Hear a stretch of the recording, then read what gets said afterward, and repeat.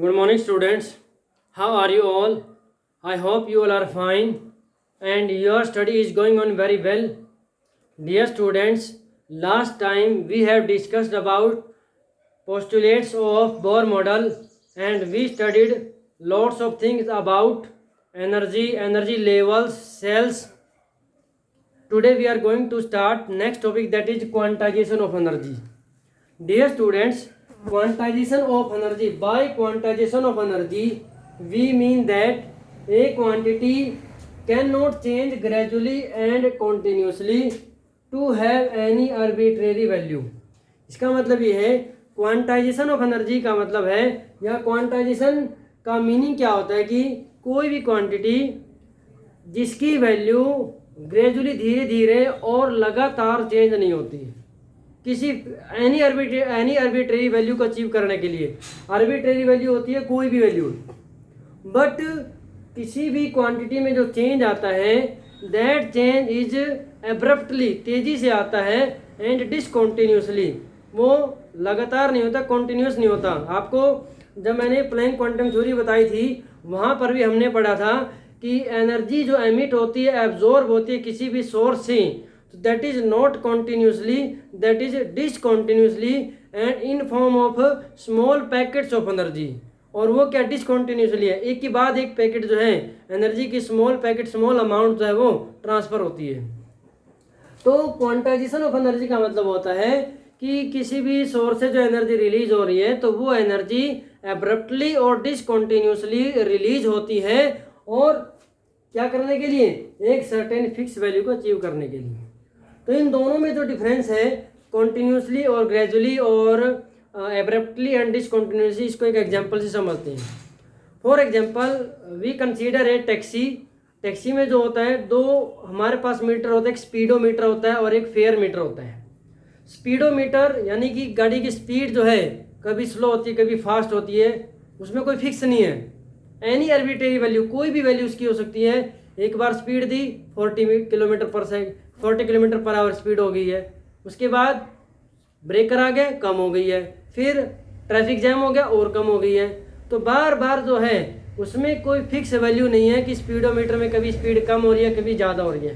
But उसके अंदर जो लगा फेयर मीटर है, तो फेयर मीटर जो है वो क्या होता है, एक फिक्स, और उसकी वैल्यू जो होती है फेयर मीटर में 1 रुपी, 2 रुपी, 3 रुपी अब्रप्टली चेंज होती है और डिसकॉन्टिन्यूसली होती है, एकदम से चेंज होती है। तो स्पीडोमीटर का जो मूवमेंट है उसमें स्पीड कम ज़्यादा होना, दैट इज कॉन्टिन्यूसली और ग्रेजुअली, कोई आर्बिट्रेरी वैल्यू कुछ भी हो सकती है। बट फेयर मीटर में क्या होता है, वो सर्टेन वैल्यूज को ही अचीव करते हैं, और वो क्या होगा, मल्टीपल ऑफ 1, 2, यानी कि 1 का मल्टीपल होगा, 1 रुपी, 2, 3, 4, 5, इस तरीके से हम क्या कह सकते हैं। In the same way according to Bohr model, according to Bohr model या बोर थ्योरी भी बोल सकते हैं, an electron has fixed value of energy according to the orbit in which it is revolving। electrons in a particular orbit, particular circular orbit, electrons in a particular circular orbit do not lose or gain energy, they keep on revolving without gaining or losing energy। next we are going to study, हमने Rutherford model में ये पढ़ा था कि कुछ limitations है उसकी, जिन चीज़ों को रदरफोर्ड मॉडल एक्सप्लेन नहीं कर पाया था, तो उन्हीं चीज़ों को, उन्हीं लिमिटेशंस को हम ये पढ़ रहे हैं कि किस तरीके से बोर मॉडल ने उनको एक्सप्लेन किया है। Bohr model helps in explaining the following points related to atom. First, stability of an atom. Stability of an atom. तो डियर स्टूडेंट्स, रदरफोर्ड मॉडल जो स्टेबिलिटी को एक्सप्लेन नहीं कर पाया था, क्यों?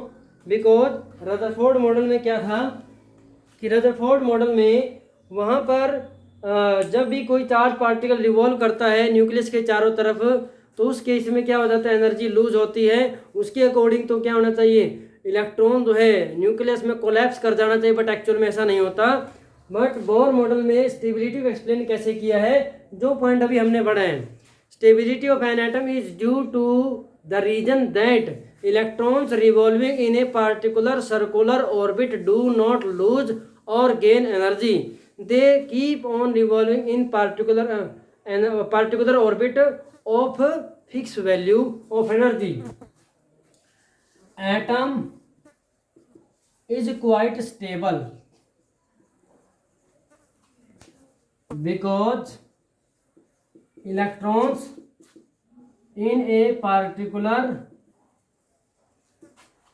energy level or orbit do not gain or lose energy, hence atom is stable. Second point, explanation of line spectrum.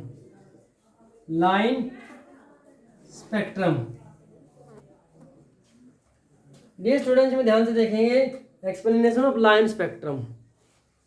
अब ये लाइन स्पेक्ट्रम, जैसे जब भी कोई हाइड्रोजन एटम के केस में हमने पढ़ा कि हाइड्रोजन गैस के अंदर इलेक्ट्रिक डिस्चार्ज पास करते हैं, तो उस केस में number of lines are formed. तो लाइंस क्यों बनती है, इसके बारे में बोर मॉडल ने कैसे एक्सप्लेन किया है।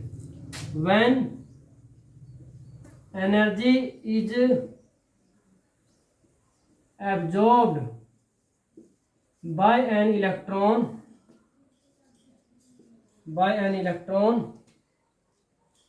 of any particular circular orbit, that is ground state. When energy is absorbed by an electron in ground state, it is moved to excited state of higher energy,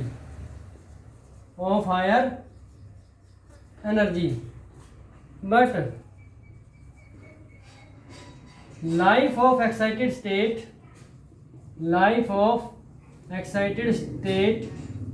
is momentary. मतलब क्या है, excited state की life momentary का मतलब है electron जो excited state में जाता है कुछ पल के लिए जाता है, दोबारा से अपनी ग्राउंड स्टेट में आता है। When electron again comes back to its ground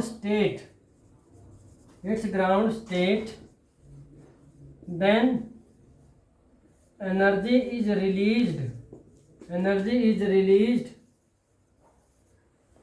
in form of photons of radiations की फॉर्म में, फोटॉन्स की फॉर्म में जो है एनर्जी को रिलीज करता है। कैसे आप, और जो रिलीज एनर्जी जो होती है, energy release delta E, change in energy होता है, ये किसके बराबर होता है, E2 माइनस E1, और डेल्टा ई क्या होता है, चेंज इन एनर्जी। अब जब इलेक्ट्रॉन देखो, मान लो ये एक एनर्जी लेवल है, ये ग्राउंड स्टेट है, ये एक्साइटेड स्टेट है। इलेक्ट्रॉन यहाँ से एनर्जी गेन करते, इसको एनर्जी दी गई, एनर्जी गेन की, एक्साइटेड स्टेट में गया।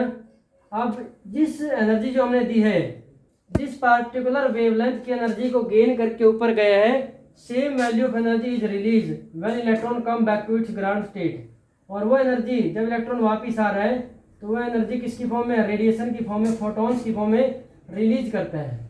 और ये जो एनर्जी होगी ये किसकी, रेडिएशन की फॉर्म में होगी और पार्टिकुलर वेवलेंथ की होगी। तो जब इन रेडिएशंस को, जो एमिटेड रेडिएशंस है, रेडिएशन एमिट करता है, देखो when electron again come back to its ground state energy is release और emitted in form of photons of radiations. When these photons or radiations are observed on the spectrum then line spectrums is formed।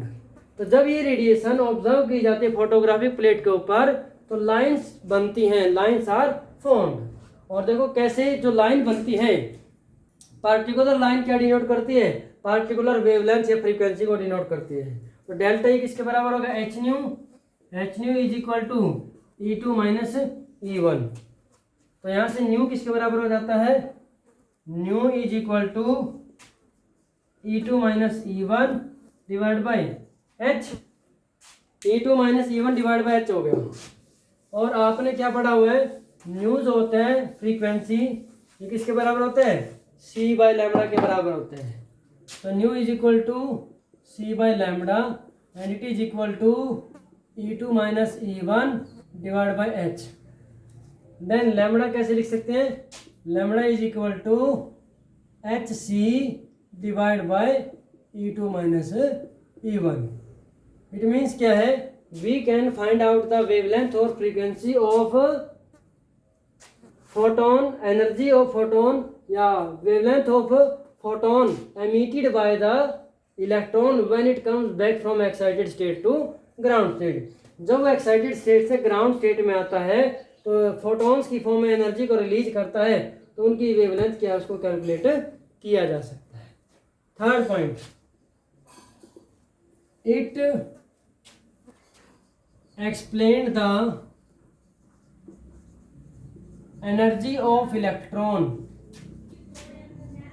Energy of electron in any circular orbit, circular orbit या shells में electron की energy क्या उसको explain किया है by giving the equation En is equal to minus 2 pi square m e raise to power 4 divide by n square h square. ये formula हम already पढ़ चुके हैं।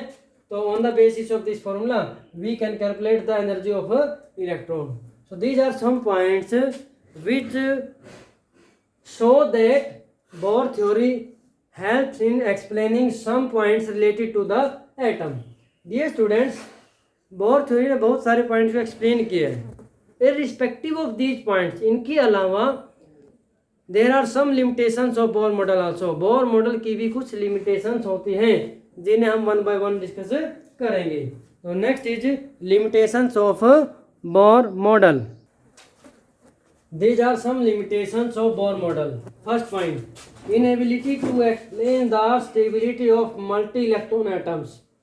Dear students, Bohr model के अकॉर्डिंग हाइड्रोजन का जो स्पेक्ट्रम है, lines produced in hydrogen spectrum हमने स्टडी किया है, बट बोर मॉडल हाइड्रोजन के केस में एक्सप्लेन कर पाया। हाइड्रोजन में एक ही इलेक्ट्रॉन होता है और उसको एक्सप्लेन कर पाया, बट वो एटम जिनके अंदर एक से ज़्यादा इलेक्ट्रॉन, जो मल्टी इलेक्ट्रॉन एटम्स के केस में जो बोर मॉडल है, बोर थ्योरी लाइन स्पेक्ट्रम को एक्सप्लेन नहीं कर पाता। ऐसा क्यों? बिकॉज लाइन जब और ज़्यादा पावर, मोर पावर का हमने स्पेक्ट्रोस्कोप यूज किया, then it has been found that lines are further splitted. Line जो फॉर्म थी पार्टिकुलर लाइन स्पेक्ट्रम में, वो फर्दर स्प्लिटेड थी, यानी आगे भी पार्ट में डिवाइड थी, टूटी हुई थी। तो उसके बारे में बोर थ्योरी को एक्सप्लेनेशन नहीं दे पाई। Second point, inability to explain splitting of lines in presence of magnetic field. देखो मैग्नेटिक फील्ड की प्रेजेंस में जो स्प्लिटिंग होती है लाइंस की, उसे बोलते हैं जी मैन इफेक्ट।